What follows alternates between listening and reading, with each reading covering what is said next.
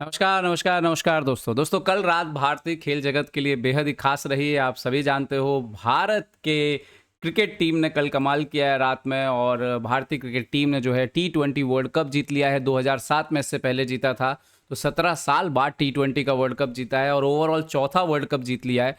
और भारत दुनिया की ऐसी दूसरी टीम बन गई है जिसने 4 बार वर्ल्ड कप जीता है वेस्ट इंडीज़ के साथ मिला करके। और ये अपने आप में एक कमाल है, तो बधाई भारतीय टीम को। और पूरा देश जो है वो जश्न में डूबा हुआ है। क्रिकेट वैसे भी हमारे देश में किस तरह से सेलिब्रेट किया जाता है हम जानते हैं। लेकिन एक और खेल जो कि ऊपर उठ रहा है ठीक उसी समय जब भारतीय टीम साउथ अफ्रीका से वो रोमांचक पलों से जूझ रही थी और जीतने की तरफ बढ़ रही थी, उसी समय भारत के प्रज्ञानंदा जो है वो मुकाबला खेल रहे थे अनीश गिरी के साथ। और प्रज्ञानंदा ने ये जो मैच है बहुत ही एक इंटरेस्टिंग मैच है, इसको जीत दर्ज किया ठीक उसी समय जब भारतीय टीम जो है पराजित कर रही थी साउथ अफ्रीका को। इस जीत के बदौलत प्रज्ञानंदा गुकेश के साथ संयुक्त दूसरे स्थान पर इस टूर्नामेंट में पहुंच गए हैं 2.5 पॉइंट के साथ। और अब देखना होगा कि गेम आगे किस तरीके से बढ़ेगा। तो कैसे जीते अनीश गिरी से गुकेश और कितना इंटरेस्टिंग ये मैच था ये देखते हैं।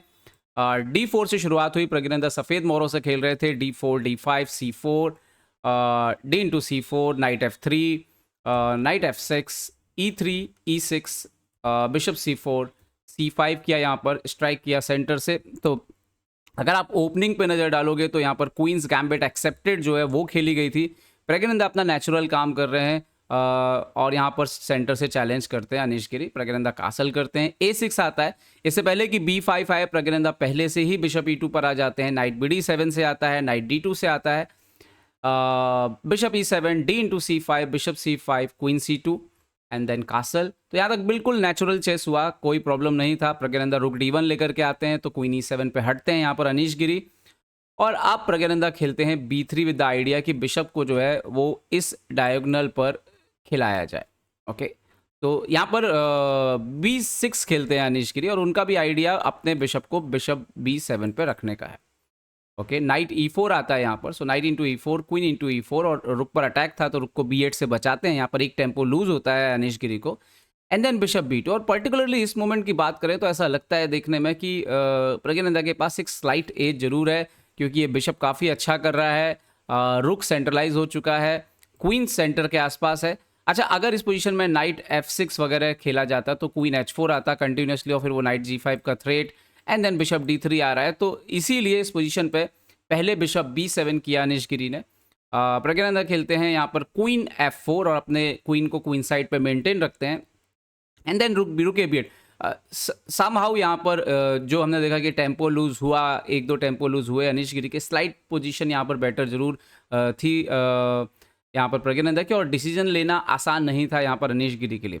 रुक A7 के साथ ही प्रज्ञानंदा अपने जो दूसरा रुक है उसको भी गेम में ले आते हैं और ये बिल्कुल क्लियर हो गया था कि पोजीशन जो है वो यहाँ पर प्रज्ञानंदा को फेवर तो कर रही थी।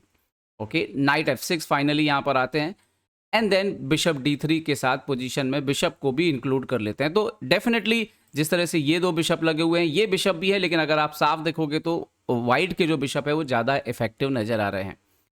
और ये वो पोजीशन थी जहां पर कंटिन्यू कुछ ऐसे हो सकता था जैसे bishop D6, queen H4 and then H6, knight E5 अगर आते भी हैं तो इवन बिशप A3 से आप ये जो बिशप है इसको एक्सचेंज करिए, ये एक अच्छा आइडिया था।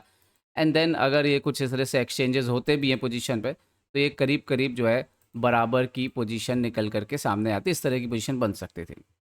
मैच में क्या हुआ? मैच में अनीश गिरी ने रुक D5 खेल दिया, जो कि एक गलत चाल थी। और कितनी गलत चाल थी आप देखिए कि सडनली एक ऐसी चाल बोर्ड पे आती है जो कि अनीश गिरी ने मिस की, वो थी B4।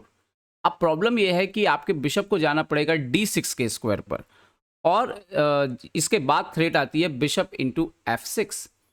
आप अगर सोचें कि चलो मैं बिशप इंटू F4 मार लेता हूं तो ये एक ब्लंडर है, बिकॉज आफ्टर बिशप E7 आपका रुक भी मर रहा है, अभी आपका ये बिशप भी मर रहा है। आप सोचो कि चलो मैं रुक E8 खेल देता हूं तो इवन E इंटू F4 आ रहा है, बिकॉज आफ्टर रुक E7 यहाँ पर वाइट का जो पोजीशन निकल के आ रहा है इवन आफ्टर F5, और यहाँ पे बिशप E4 का भी थ्रेट है। पोजीशन वाइट को ही फेवर कर रही है ये।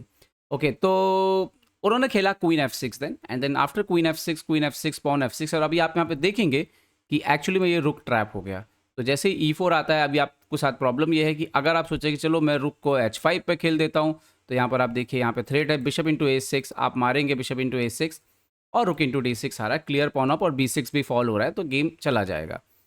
तो काफ़ी सोचने के बाद यहाँ पर अनीश गिरी ने ये मार दिया रुक, एक्सचेंज सेक्रीफाइस यहाँ पर दे दिया, क्योंकि उनको बदले में दिखा कि पहले तो उनको ये पॉन मिल रहा है एंड देन यहाँ पर A6 है, तो उनको लगा कि चलो ठीक है, पॉन अप पोजीशन है, यहाँ पर 4 वर्सेस 4 है, फाइट की जा सकती है।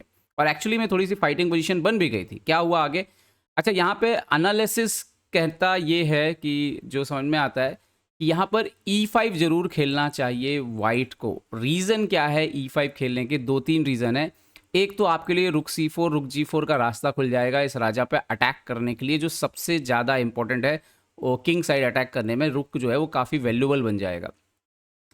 दूसरा, यहाँ पर अगर वो F5 खेलते हैं तो यहाँ पे भी एक गड्ढा बन जाएगा, राजा के लिए जो है पोजीशन थोड़ी अनकंफर्टेबल हो जाएगी। तो ये सबसे ज़्यादा लॉजिकल मूव थी। प्रज्ञानंदा डायरेक्ट रुक C4 आते हैं, A5 आता है, यहाँ पे भी E5 आ सकता है।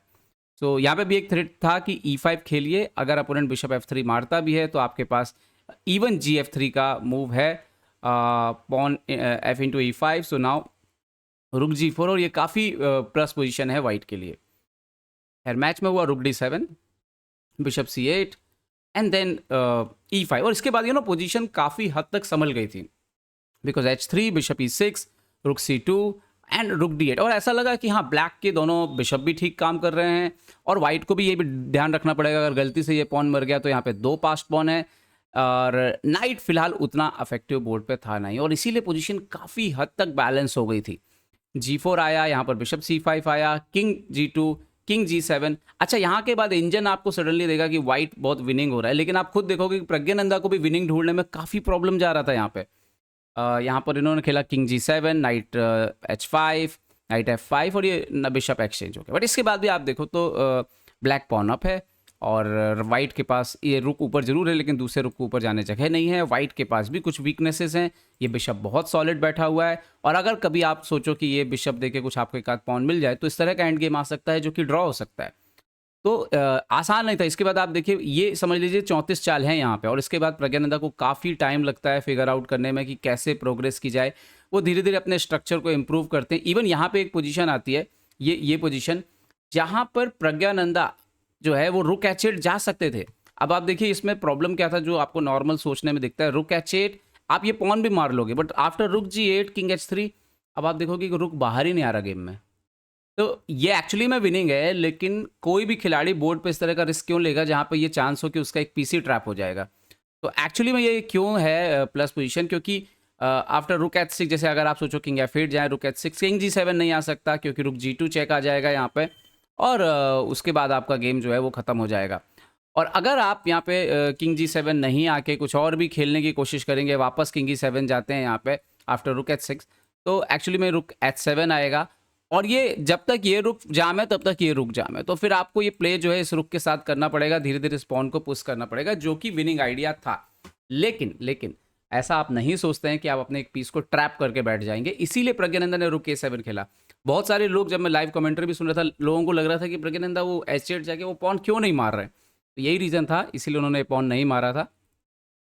एंड देन अब बहुत ही मज़ेदार चीज़ होती है, प्रज्ञानंदा विन के लिए ढूंढ रहे थे, अब उनको समझ में आया कि बिना राजा को लाए गेम बनेगा नहीं। तो अब इसके बाद प्रज्ञानंदा ने अपने राजा को लाने की प्रोसेस जो है वो शुरू की। अब इसमें भी एक इंटरेस्टिंग फैक्ट ये था कि प्रज्ञानंदा का ये वाला जो पॉन था वो डार्क स्क्वायर में था, और इस बात का खतरा था बराबर कि ये आएगा और इसको मार देगा। लेकिन प्रज्ञानंदा इस बात को लेकर भी श्योर थे कि अगर वो ये पॉन मारेगा तो ये और ये पॉन भी फॉल हो सकते हैं, और ये जो पॉन भागेगा इसको हम रोक सकते हैं। तो देखिए प्रज्ञानंदा का प्लान क्या था, उन्होंने क्या किया। ये पोजीशन था, तो जैसे ये पोजीशन आया, प्रज्ञानंदा जाते हैं सबसे पहले रुक C7 पे और F7 पे अटैक करते हैं, रुक F8 को फोर्स करते हैं, and then king D3 allow करते हैं कि आप मारिए ये पॉन। और जैसे ही वो पॉन मारते हैं, वो किंग को लेके वापस आते हैं, और ये पोजीशन बनती है जहाँ पर आप देखिए कि आप सोचे आप ऐसे बैठ नहीं सकते यहाँ पे खाली, क्योंकि ये पॉन और ये पॉन फॉल हुआ तो गेम वैसे ही खत्म है।